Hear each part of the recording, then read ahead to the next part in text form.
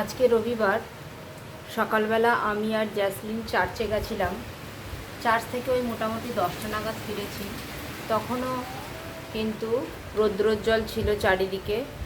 তারপর 10:30টার কাছাকাছি বৃষ্টি শুরু হয়েছে, মুষলধারে বৃষ্টি হয়ে চলেছে বাইরে, সেমনি ঝোড়ো হাওয়া।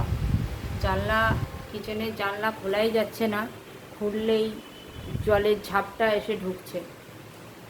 আজকে রান্না করে নেব, চিকেন নিয়ে এসেছি। চিকেন একটু করলা দিয়ে ডাল, মুসুর ডাল করব, আর চিকেনটা করে নেব।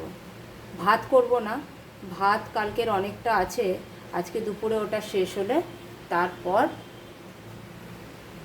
সন্ধেবেলা ফ্রেশ ভাত করব, যাতে কালকে পর্যন্ত ঠিক থাকে।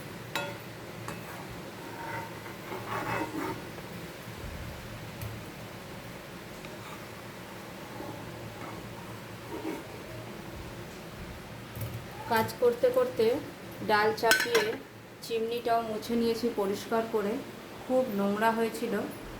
এখন পুরো তেল, ময়লা, ডাস্ট সব একসাথে, প্রচুর ময়লা হয়েছিল। হেঁটে যাওয়ার পরে একদমই টাইম হয়নি আজকে, তাই মুছে নিলাম। ভেবেছিলাম হয়তো ভালো করে পরিষ্কার হবে না, কিন্তু খুব সুন্দর পরিষ্কার হয়েছে।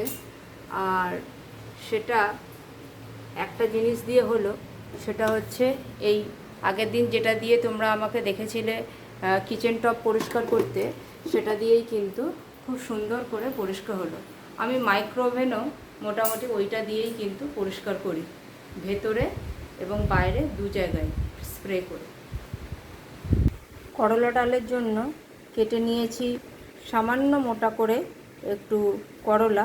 এটাকে রাঁধুনি দিয়ে আর শুকনো লঙ্কা দিয়ে একটু ফ্রাই করে নিয়ে ডালটা সেদ্ধ হওয়ার পরে সেটা ফোড়ন দিয়ে দেব। কালকে 12টা মুসাম্বি লেবু, একটু ছোট সাইজ যদিও, 12টা লেবু 50 টাকায় পেয়েছিলাম।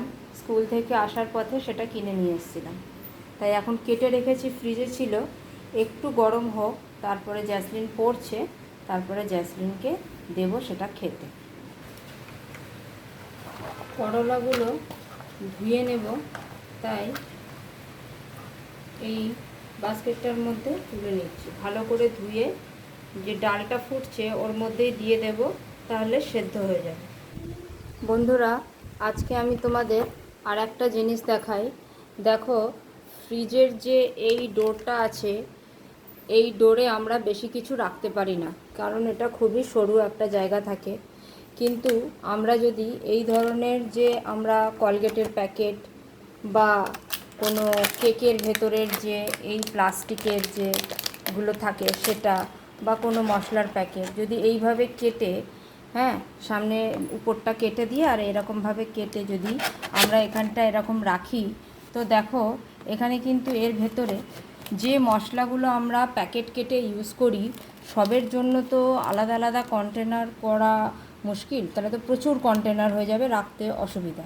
তো তাতে গার্ডার মেরে, আমরা গার্ডার দিয়ে আটকে এইভাবে যদি ডিপ ফ্রিজের এই ড্রয়ারে রেখে দিই, সেই সব মশলাপাতি কিন্তু প্রচুর দিন ভালো থাকে।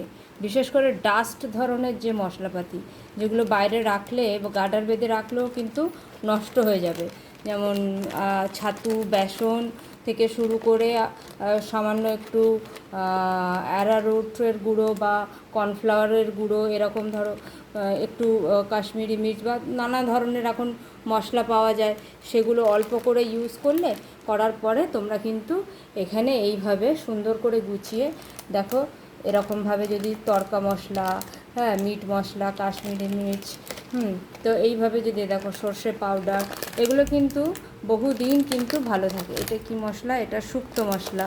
তো তোমাদের কোনো চাপ নেই, তোমরা যখনই চাইবে, এখানে আমার মেয়ের চকলেটস থাকে সব, ঠিক আছে? তো এইভাবে রাখলে কিন্তু তোমরা এই গুঁড়ো মশলাগুলো কিন্তু ফ্রেশ থাকবে আর অনেক দিন পর্যন্ত থাকবে। তো আমার এখন দরকার রাঁধুনি, তো আমি এখান থেকে রাঁধুনিটা নিয়ে নিচ্ছি। আর হাতের কাছে সব কিছু এরকমভাবে দেখাও যাবে, সুবিধা হবে। এটা একটা আজকের জন্য, এটা ছিল একটা টিপস। করলাগুলো ডালের মধ্যে দিয়ে দিয়েছি এবং সেগুলো প্রায় সেদ্ধ হয়ে এসছে। আর কিছুক্ষণ পর সেদ্ধ হলে ডালটা করলাটা একসাথে ঢেলে রেখে শুকনো লঙ্কা রাঁধুনি ফোড়ন দিয়ে ডালটাকে ফোড়ন দিয়ে নামিয়ে নেব একটু নুন মিষ্টি দিয়ে। চিকেনটাও ধুয়ে রেখেছি। চিকেনটা এবারে অল্প করে আলু দিয়ে রান্না করে নেব। চিকেনের রান্না তো আর বিশেষ কিছু বলার নেই, আজকে নর্মালি পাতলা চিকেনের ঝোল করে নেব।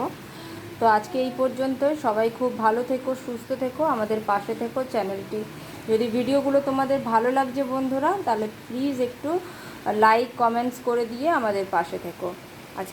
আজকে এই পর্যন্তই। ধন্যবাদ। টাটা।